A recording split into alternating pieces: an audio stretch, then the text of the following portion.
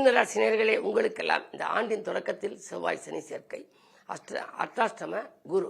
எனவே மிக மிக கவனமாக இருக்க வேண்டும். விரயங்கள் கூடுதலாக இருக்கும். வரவை காட்டிலும் செலவுகள் கொஞ்சம் அதிகரிக்கலாம். ஆதாயம் தரும் தகவல் வந்தாலும் விரயங்கள் தரும் தகவலே கூடுதலாக இருக்கலாம். உங்களுடைய மதிப்பையும் மரியாதையும் தக்க வைத்துக் கொள்வது அரிது. ஏதேனும் ஒரு புது பிரச்சனைகள் வந்துவிடாமல் பார்த்துக் கொள்ள வேண்டும். திட்டமிட்ட காரியங்கள் திசை மாறி செல்லலாம். இருந்தாலும் கொஞ்சம் பொறுமையாக இருக்க வேண்டும். பொதுவாக 26/5/2026 மேல் குரு கடகத்திற்கு வருகின்ற பொழுது உங்கள் ராசியை பரிபூர்ணமாக பார்க்கின்றார். எனவே மே மாதம் 26க்கு மேல் உங்களுக்கு மிகச்சிறந்த பலன்கள் கிடைக்கப் போகின்றது. நீங்கள் எதிர்பார்த்த இடத்திலிருந்து உங்களுக்கு உதவிகள் கிடைக்கும். சகோதர வர்க்கத்தினர் மூலம் நல்ல தகவல் கிடைக்கலாம். நம்பிக்கைக்குரியவர்கள் நல்ல தகவலை கொண்டு வந்து சேர்ப்பார்கள். இரவுகள் பாராமல் உழைத்துக் கொண்டிருக்கும் உங்களுக்கு சென்ற ஆண்டை காட்டிலும் சிறப்பான பலன்கள் அதிகமாகவே கிடைக்கப் போகின்றது. கல்யாணம் நடக்கவில்லையே என்று நினைத்தால் அது நடைபெறும். தொழில் அமையவில்லையே என்று நினைத்தவர்களுக்கு தொழில் அமையும். வாகனம் வாங்கி பயணிக்க வேண்டும் என்று நினைத்தவர்களுக்கு அந்த யோகம் உண்டு. இப்படி நீங்கள் எதையெல்லாம் திட்டமிட்டு வைத்திருந்தீர்களோ உங்களுடைய கனவுகளை நனவாக்கின்ற பொறுப்பெல்லாம் இந்த கிரகத்தின் மாற்றத்தின் ரீதியாக உண்டு. அதற்கு பிறகு உங்களுக்கு அடுத்த குரு பயிற்சிக்கு பிறகு 2ஆம் இடத்தை குரு பார்ப்பதனாலே குடும்பத்தில் திருப்தியான சூழலும் ஒற்றுமையும் உருவாகும். ராகு கேதுக்கள் பேச்சு மிக மிக அற்புதமாக அமைகின்றது.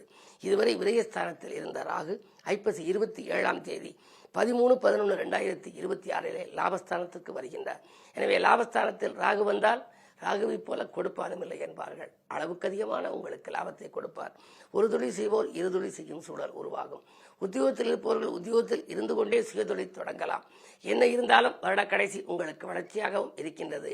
நல்ல நிகழ்ச்சிகள் நடைபெறும் நேரமாகவும் அமைகின்றது.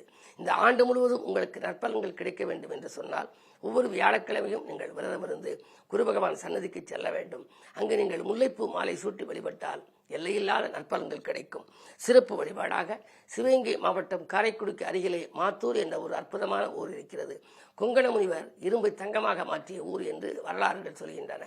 அப்படிப்பட்ட ஊரிலே 500 மாற்றுவதை கண்டதனாலே 500 ஈஸ்வரர், பெரிய நாயகி அம்மன் என்று அங்குள்ள தெய்வங்களுக்கு பெயர்.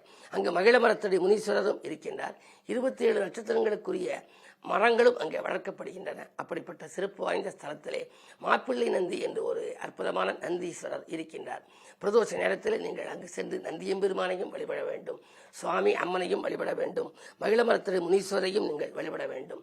இப்படி மாத்தூர் வழிபாடு உங்களுக்கு நல்ல மாற்றங்களை வழங்கும்.